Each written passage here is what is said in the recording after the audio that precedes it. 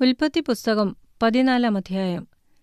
ശീനാർ രാജാവായ അമ്രാഫെൽ, എലാസാർ രാജാവായ അര്യോക്ക്, ഏലാം രാജാവായ കേദോർലയോമർ, ജാതികളുടെ രാജാവായ തീദാൽ എന്നിവരുടെ കാലത്ത് ഇവർ സോദോം രാജാവായ ബേര, ഗോമോര രാജാവായ ബിർശ, ആദ്മ രാജാവായ ശിനാബ്, സെബോയീം രാജാവായ ശെമേബർ, സോവാർ എന്ന ബേലയിലെ രാജാവ് എന്നിവരോട് യുദ്ധം ചെയ്തു. ഇവരെല്ലാവരും സിദ്ദീം താഴ്വരയിൽ ഒന്നിച്ചുകൂടി. അത് ഇപ്പോൾ ഉപ്പുകടലാകുന്നു.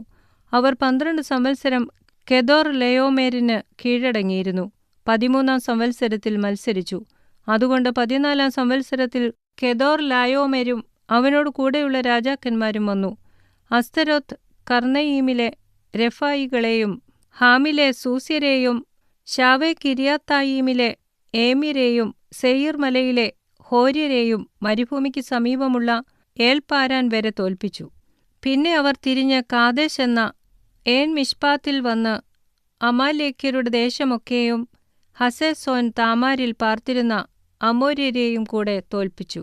അപ്പോൾ സോദോം രാജാവും ഗോമോറ രാജാവും ആദ്മ രാജാവും സെബോയീം രാജാവും സോവാർ എന്ന ബേലയിലെ രാജാവും പുറപ്പെട്ട് സിദ്ദീം താഴ്വരയിൽ വെച്ച് ഏലാം രാജാവായ കെദോർലയോമർ, ജാതികളുടെ രാജാവായ തീദാൽ, ശിനാർ രാജാവായ അമ്രാഫെൽ, എലാസാർ രാജാവായ അര്യോക്ക് എന്നിവരുടെ നേരെ പടനിരത്തി. 4 രാജാക്കന്മാർ 5 രാജാക്കന്മാരുടെ നേരെ തന്നെ.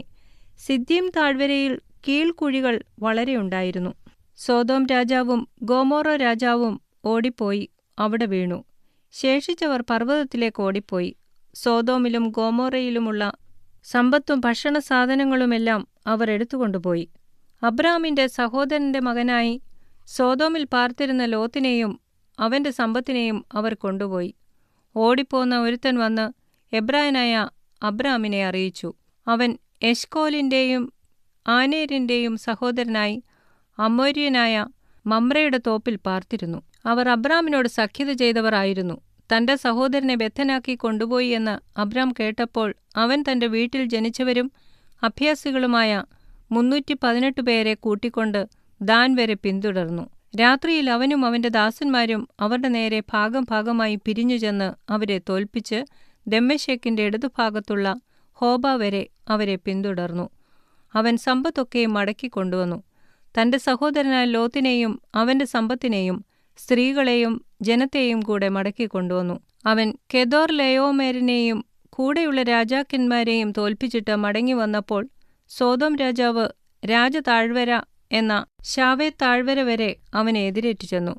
ശാലേം രാജാവായ മൽക്കീസദേക്ക് അപ്പവും വീഞ്ഞും കൊണ്ടുവന്നു.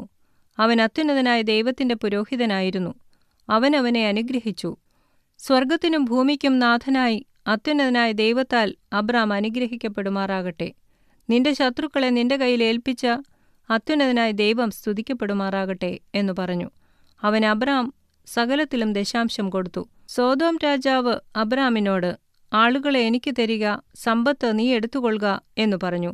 അതിന് അബ്രാം സോദോം രാജാവിനോട് പറഞ്ഞത്, ഞാൻ അബ്രാമിനെ സമ്പന്നനാക്കിയെന്ന് നീ പറയാതിരിപ്പാൻ ഞാനൊരു ചരടാകട്ടെ ചെരിപ്പുവാറാകട്ടെ നിനക്കുള്ളതിൽ യാതൊന്നുമാകട്ടെ എടുക്കുകയില്ല എന്ന് ഞാൻ സ്വർഗത്തിനും ഭൂമിക്കും നാഥനായ അത്യുന്നത ദൈവമായ യഹോവയിങ്കലേക്ക് കൈ ഉയർത്തി സത്യം ചെയ്യുന്നു.